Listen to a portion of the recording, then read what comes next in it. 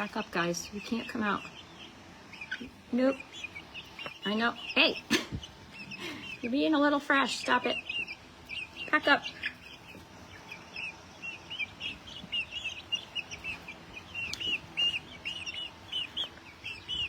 I'm like herding cats here. Hey, hey, hey, hey! What are you doing? You guys have lost your little minds.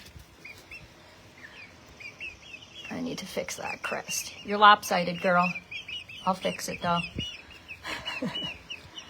What's up?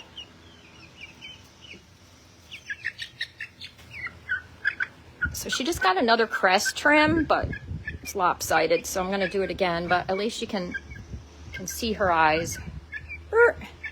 And that's what is important. But I got to fix that side. She's like lopsided. So we're just over 6 weeks old here. Almost 7 weeks old. And some of them have started their second juvenile molt already.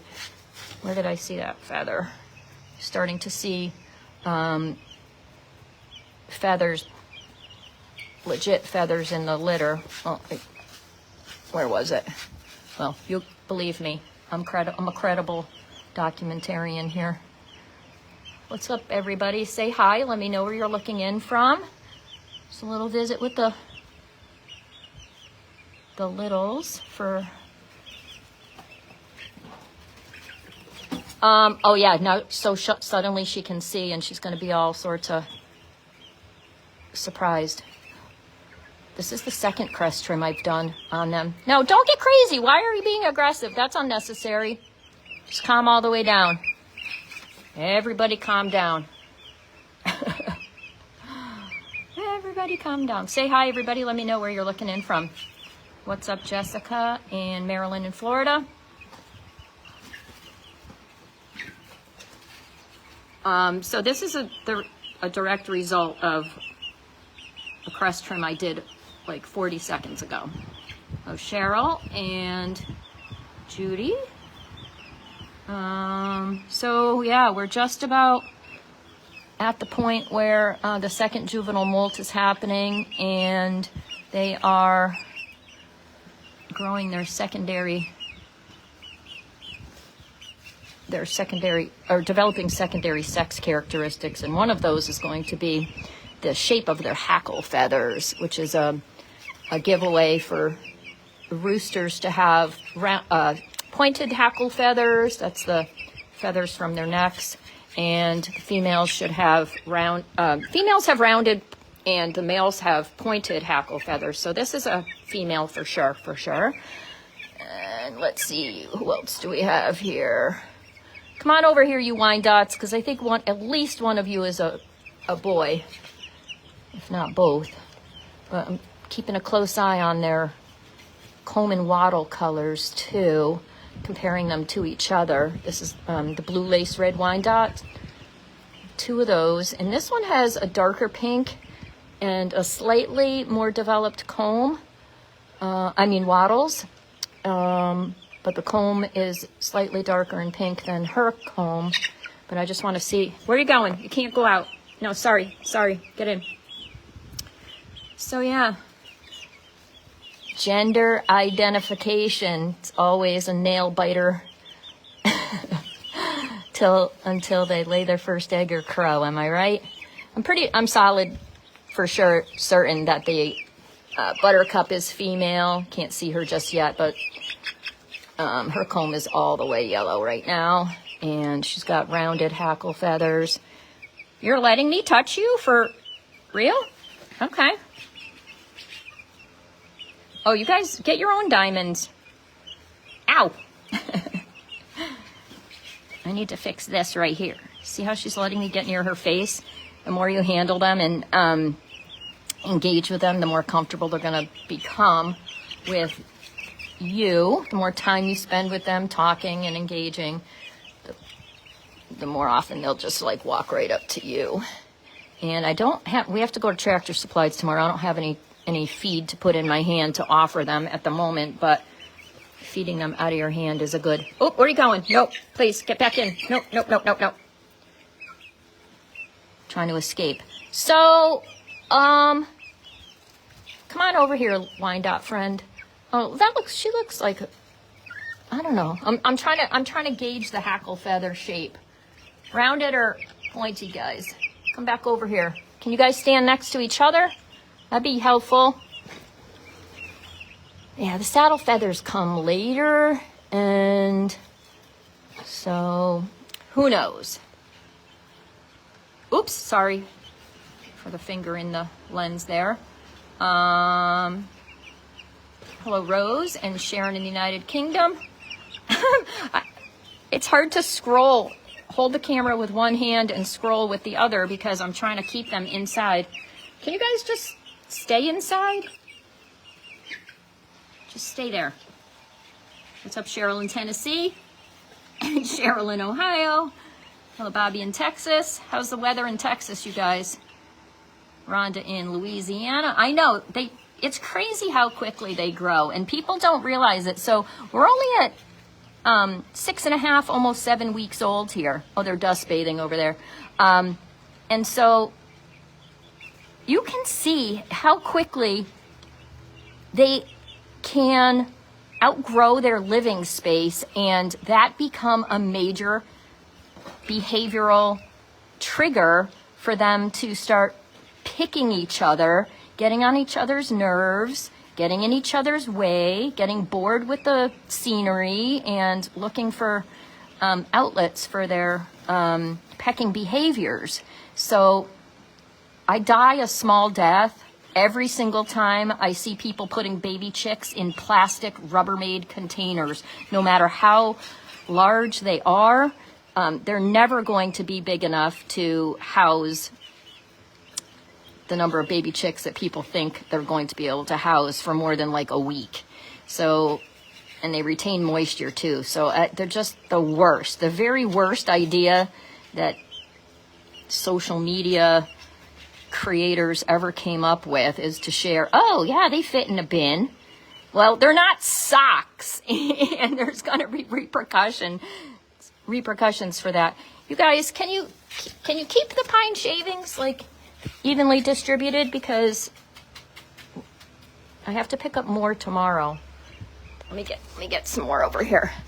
I changed the brooder litter twice this week, and that's another indicator that you have to start thinking about moving the chicks outside because the bigger they get, the more they poop, and the more they poop, the more amount of poop in the brooder, the more you're going to have to clean, more frequently you're going to have to clean up after them.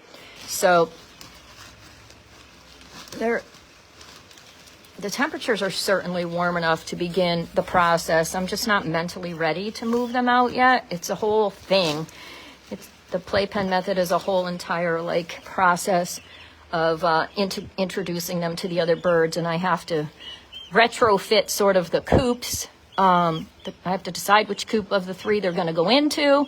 I have to decide which chicken run they're going to go into, and then set it up for them out there. So we've upgraded the drinker. I don't know if you saw this in terms of size.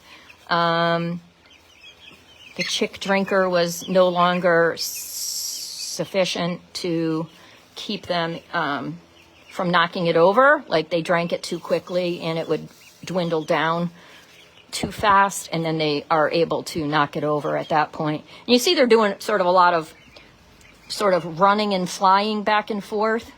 That's a drinker spiller hazard too. So yeah, they're at that annoying tween age. But there's still plenty of room in here. We've got I've got 3 roosts. I took this one out. This one belongs in here. So much of the day the chickens are looking out the window, outdoors, out the door of the garage, and when there are broody hens in the broody breaker, they're able to sort of hear other chickens. So they've got enough to sort of keep them occupado until they can get outside and start scratching and pecking in the run, and then we'll start the playpen method out there. So if you're just joining us, say hello. Let me tell you the breeds. What we have here is a speckled Sussex, and I'm confident she's a girl. Both of the Polish are female, confident of that. This is a Whiting True Blue, although she looks black. Blue is actually gray. So, I mean, yeah. So the blue refers to the egg color, but I have another one that is gray, and gray is just really a diluted, they call it blue. There she is. See her? It's not really blue, it's gray, and that's a cross between white and black, but the black one is going to lay blue eggs. So that is a hybrid that McMurray Hatchery has the exclusive on, and they're a hybrid that lays a predictable egg color. Most hybrids don't breed, well, they don't breed true, but they don't lay a predictable egg color because they're a cross. I'm talking about Easter eggers, of course. But this particular Easter egger variety is called a Whiting True Blue or a Whiting True Green. And where are the Whiting True Greens? She's over there, like she's kind of reddish. So she's a Whiting True Green. She'll lay green eggs. And this is a buttercup. And she's named that for her comb. Let me lure her over here if I can, like a snake charmer. The buttercup is the breed name. It is the comb type, and that's actually her first name too. So she's going to have a really cool comb when she grows up. So look at the size of this. These are blue laced red wine dots. I have 2 of these in here. And if they're both boys, I'm not going to be able to keep them both, but I will keep at least one. But the jury's still out on gender there. Hello, Willie and Kay. Hello, Ali and Irisha. Hello, Anne. Any questions about baby chicks? Hello, Ronald. I see you out there. And Alan. Hello, Brenda and John. What's up, Diane in New Jersey? Haven't seen you in a bit. Hello, Johnny in Oklahoma. Cheryl has a question. She has 13-week-old pullets. There's no H in Orpington. One of her Orpingtons started to crow like it's a rooster this morning. She's not a rooster, she doesn't think.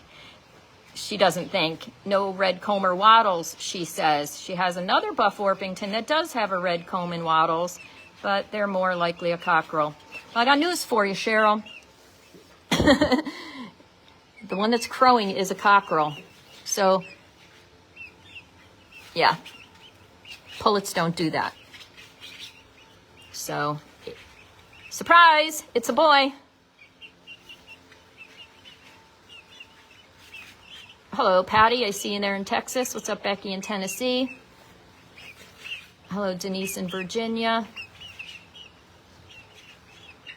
Now, they're not out of room, Kim. They have plenty of room. My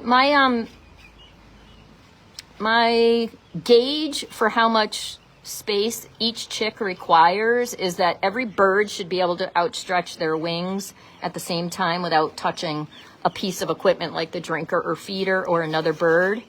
And clearly they can still do that. They've got all kinds of space over there. There's no feeder or drinker in that playpen. I have two puppy playpens together here. And there's 2 roosts in that one. And when I'm not in front of the door here, I have a roost that goes right here. One of these baby chick roosts. And so there is more than enough space for them right now. But in a couple of weeks, they'll already be outside. It's time for them to get introduced to the older birds from a safe distance.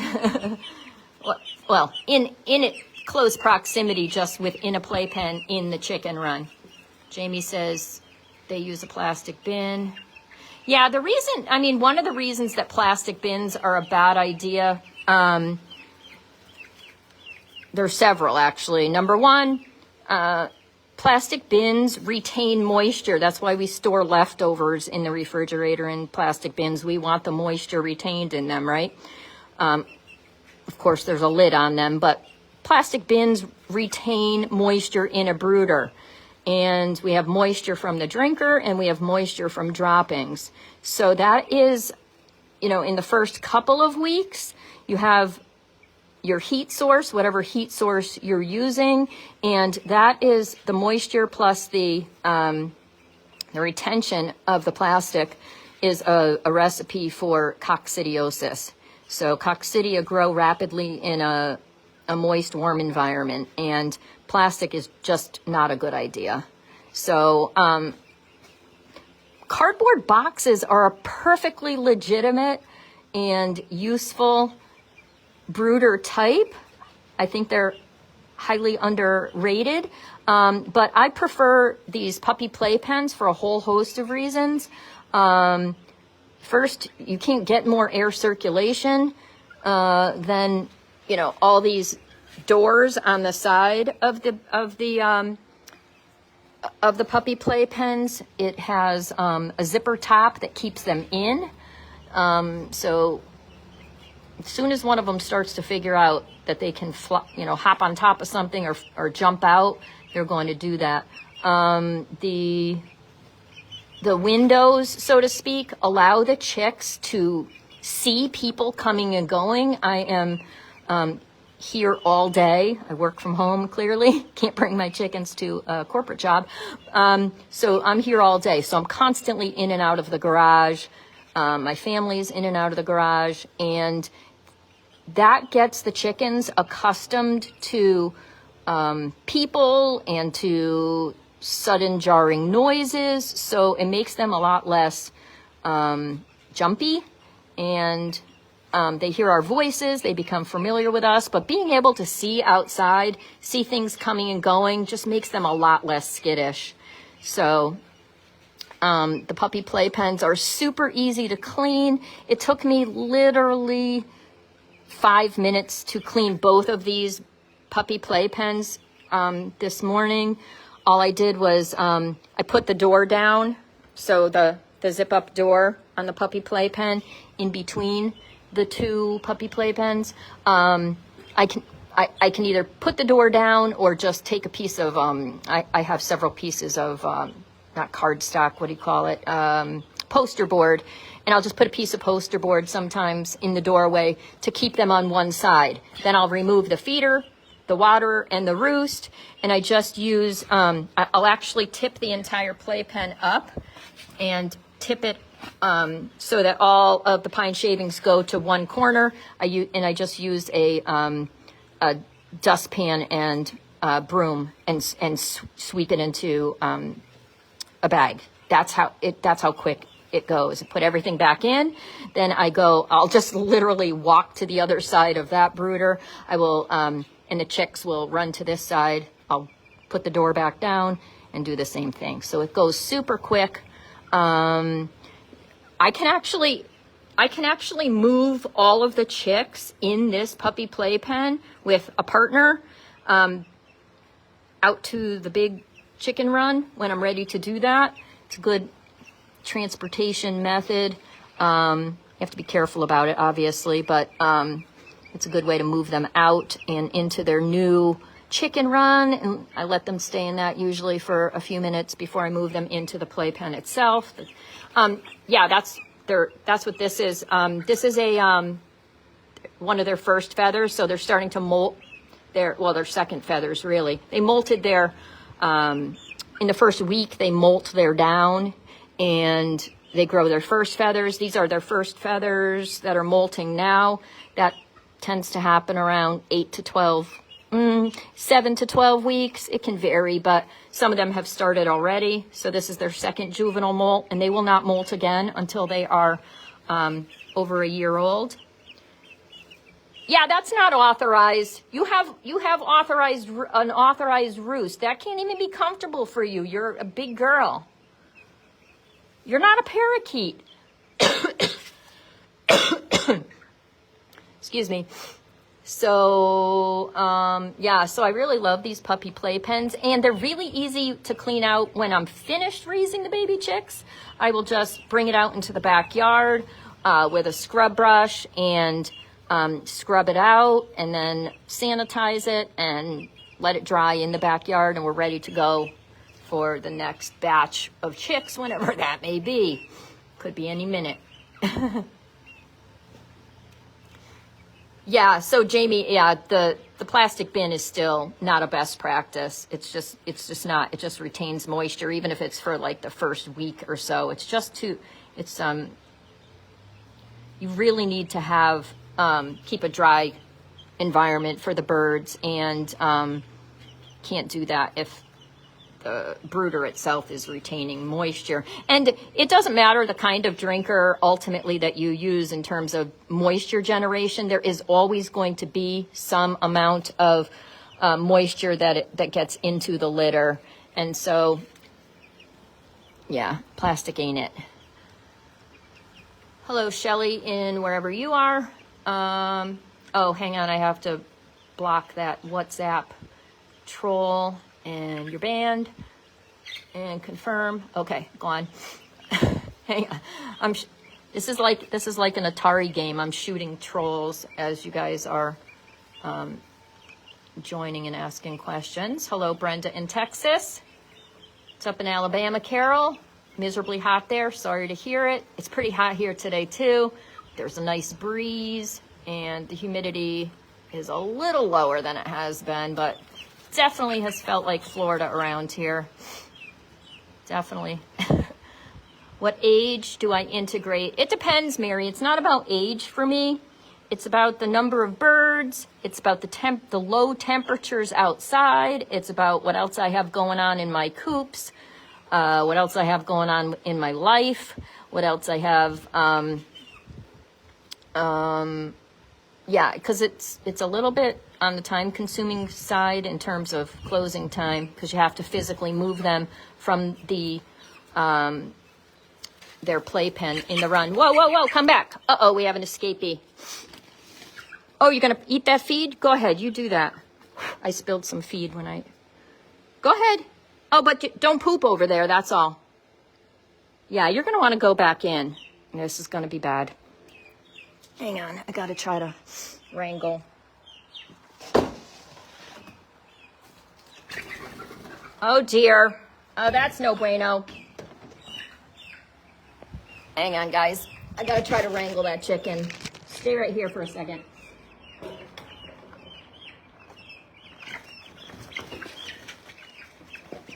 No. No, no, no, no, no. Okay. There. I just walked behind her. An escapee. So yeah, Mary, it's a process. I begin the integration process when I'm able to. So I like to keep the chicks in the brooder as long as I can, because they're still very much developing their immunity, and the less stress they're under, the better in terms of building immunity, the less they're exposed to in terms of droppings and other things from my existing flock. So you want to do it really kind of gradually and keep them in their brooder as long as you can. So, but I've raised chicks in the winter, so yeah, it depends on the time of year. It depends on the low temperatures outside. Depends on a lot of stuff. But if you want to know the method, I have an article at chickenchick.com. It's called Integrating New Birds into an Existing Flock. And you can get to my website by the pinned comment here in the comment thread. And just type integrating in the search bar and you'll find that article. But there's a lot going on for the baby birds as well as for the chickeneer. When you make that transition, you have to actually teach the birds where home is, because this is the only home they've ever known, and they've been here for almost 7 weeks.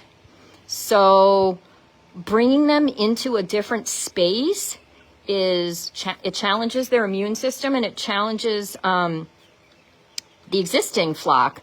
The existing flock doesn't want anything to do with new faces. So they've already got their established social hierarchy in the existing flock, and bringing new birds into it. Prey animals just don't appreciate that kind of change. So it's never welcome. So you want to introduce them in a safe way where for at least, I mean, it's not a number of hours or even days. It's usually at least a week, sometimes several weeks. It depends on a wide variety of factors, where these chicks are living in a, what I call a playpen. You can see it on my website in that article. I show you what my playpen looks like. And they stay in there with their dedicated feeder and waterer, and they can't get out of it, and the older birds can't get into it.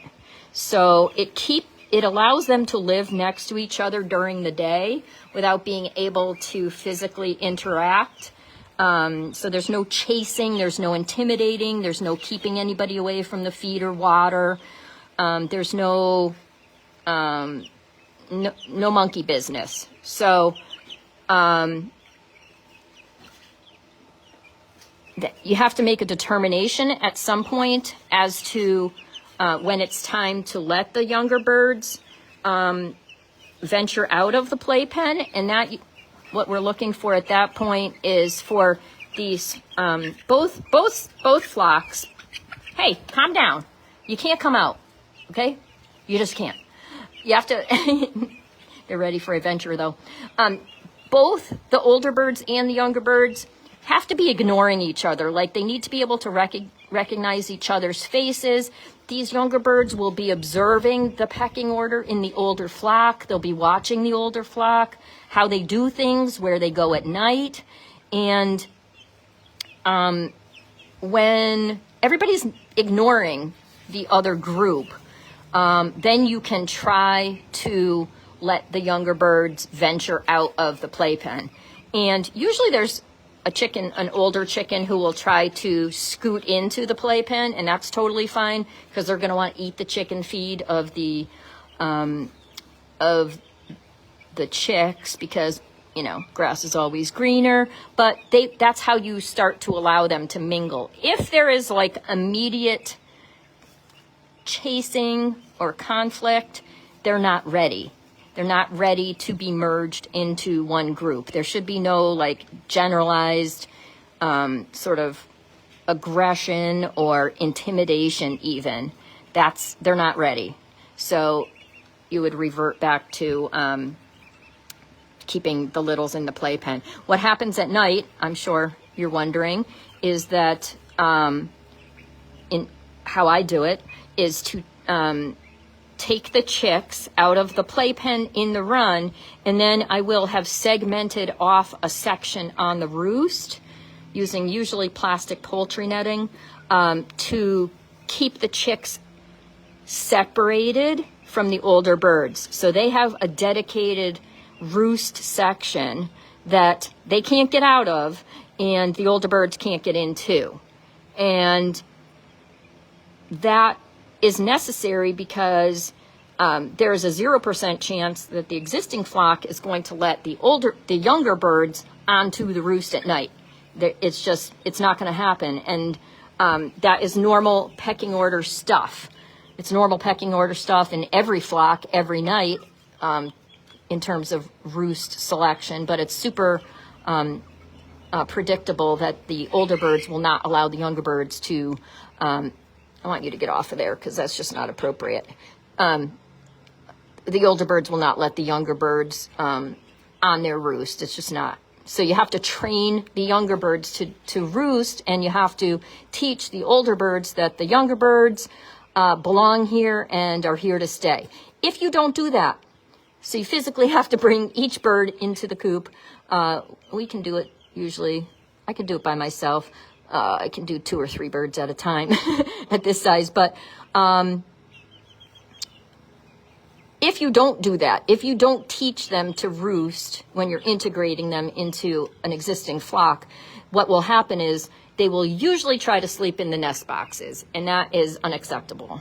So you cannot have chickens sleep in nest boxes. So start as you intend to go on. You have to teach them what the expectation is from the very beginning. And that's why I don't move chicks out until I am prepared to allow, I'm prepared, like with the physical setup, to put them in the chicken coop at night, because they can't come back here. That's just unduly stressful. When you're ready to make the move, you make the move, and that is the move to the chicken run during the day and to the roost at night. So you can't let them sleep on the floor either, because that's just gross, because they'll be sleeping in their own poop, and that's no bueno. So we don't let chicks sleep in the nest box for that reason. We don't let birds sleep on the floor, because we have droppings boards, and that's part of our waste management system. So you can't, again, start as you intend to go on with them, and they follow, and you'll be really surprised. They will have been watching the older birds at dusk at night go into the roost. So they pay attention to like what the protocols are. And so you won't ever have to teach them where the roost is at night, or where the coop is when it starts to get dark at night, because they're watching the older birds go in, and then you're placing them in the roost, on the roost with those older birds. And then by the time you let them out of the playpen during the day, they will know where exactly to go at night. So it's just a training thing. Mostly it's a training thing that chickeneers need to learn. The chickens kind of are smarter than we think. They're easy to train, but you know, what else was I going to say about training them? Oh, a lot of times people will say, oh, just sneak them onto the roost at night. The old farmer down the road told me, just put them in the coop at night. They'll be fine. That is like the worst possible, some of the worst advice you can get about integrating birds into a flock. That assumes that, number one, they're not prey animals. They're not terrified of being kidnapped out of their home and waking up in a new home. That presupposes that the existing flock is not going to recognize that there are invaders in their home when they wake up. And this is the analogy I like to use. If you were to do that, put chicks in a coop at night after dark, and it would be the equivalent of you going to bed at night with your partner and waking up in the morning to find that there is a crowd of people standing at the foot of your bed. And you have no idea who they are or what they want or how they got there, but you sure are going to defend your home and your partner, and there's going to be all heck breaking out. You don't know who they are. They don't know who you are. They don't know how they got there. You don't know how they got there. It's going to be a throwdown. And that's exactly what will happen in a chicken coop if you try to do that. And that can turn into a bloody mess. So don't do that. It just doesn't make any sense with what we know about the behavior of prey animals and what they need to feel comfortable with each other. They need to start recognizing each other's faces, and there is a kinder, gentler way to do that. So get ready for, it's a little bit of work, but guess what? If you want to add to your flock, hi Sal in Brooklyn, if you want to add to your flock, there's going to be a little work involved. And if you're not prepared to do the work, just don't add to the flock. It's not, if you do it improperly, the problem with, not gradually introducing them is that you kind of can't ever back up out of it. Like there's always going to be that stress between the two groups. There's always going to be that chasing and that sort of segregating by there's always going to be conflict. So it's better to do it right from the beginning and know what to expect, know how they're going to behave, and then work within those parameters. So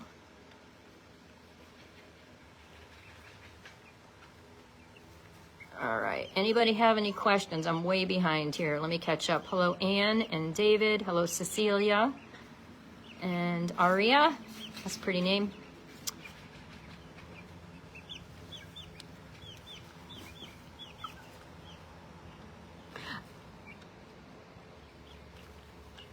How come no one's using this one? This one works too. There's 3 of them. I think they don't want. How come you don't want to? You don't want to get close to me? Oh, okay. So I'm trying to read those hackle feathers to see if I deem that they are pointy or rounded. Pointy would suggest cockerel. Rounded would suggest pullet. And I'm pretty sure those are pointy. Wah.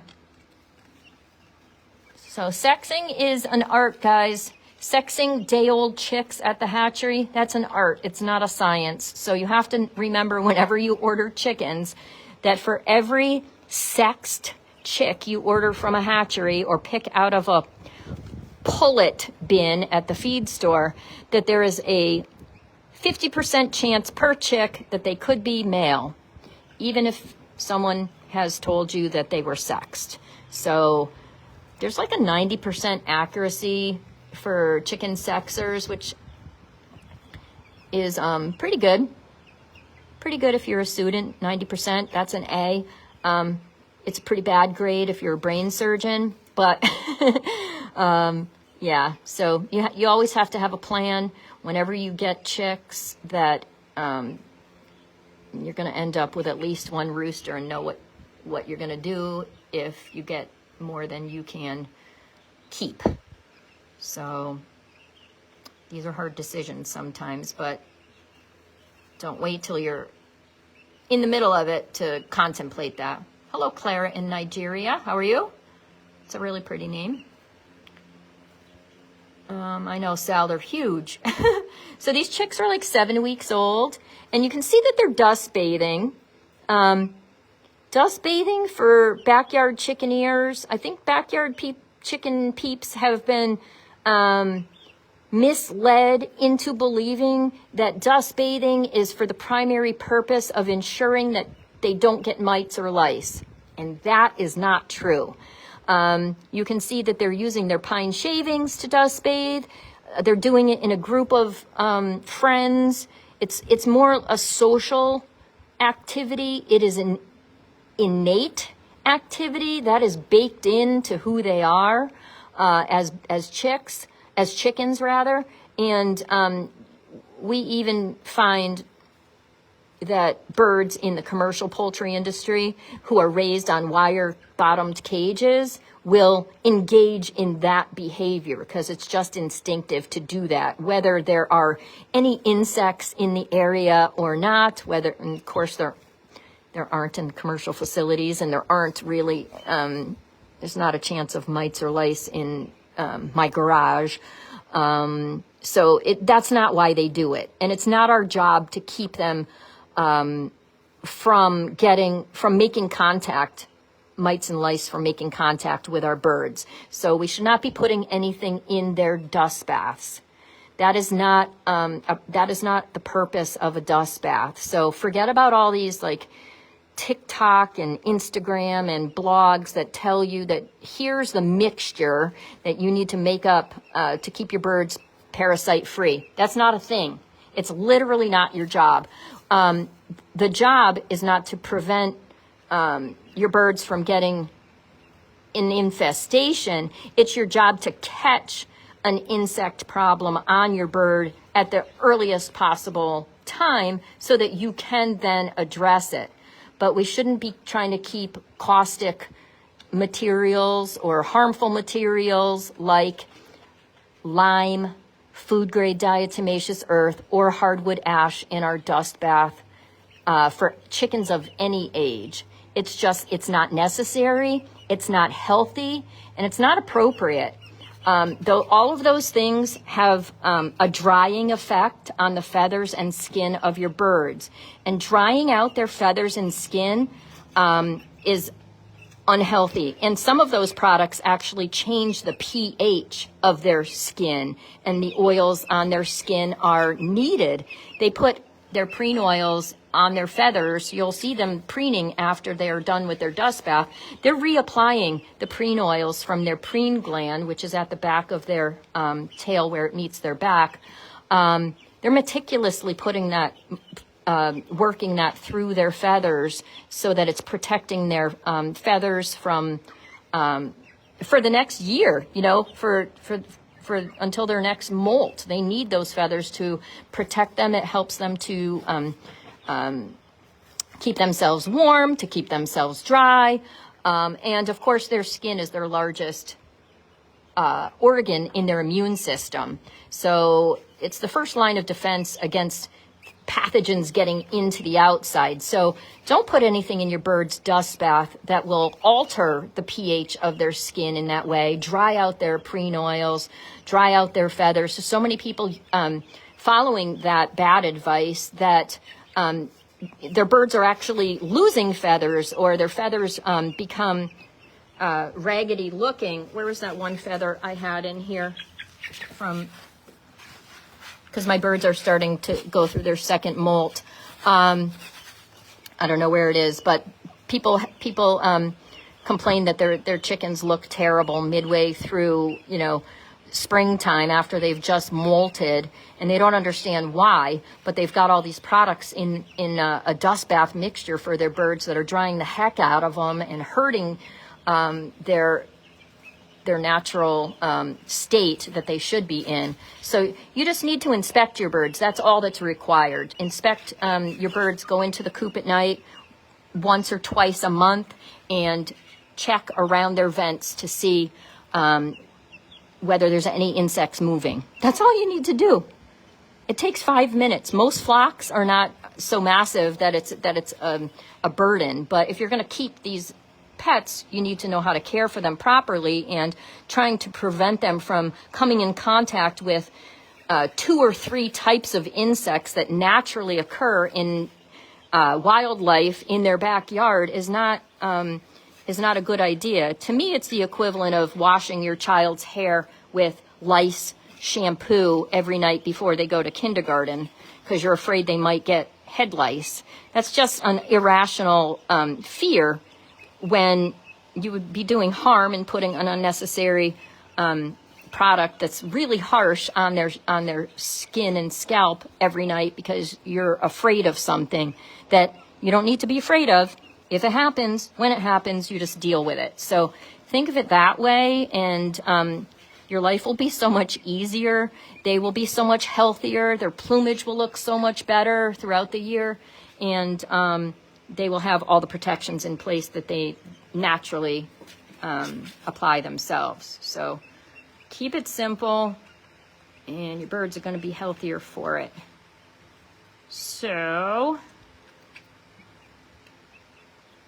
it's going to happen, Brenda. So, all right, guys. Well, that's going to be my time for the afternoon. I appreciate you looking in for a little bit. If you ask questions that I missed during the live feed, I will try to answer them a little bit later on. So make sure that you turn your notifications on so that you get a heads up when I reply to your comment.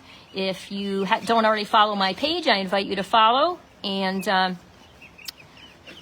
use my website for reference to any best practices for keeping backyard chickens. It's much simpler than folks are trying to imply that it is for you. So the less you do for your birds, the better off they're going to be. The less you interfere with them, the better off they're going to be.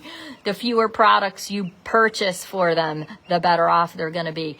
So that is going to do it from here for now. Until next time, everybody, keep it simple, and we'll talk again soon. Bye now.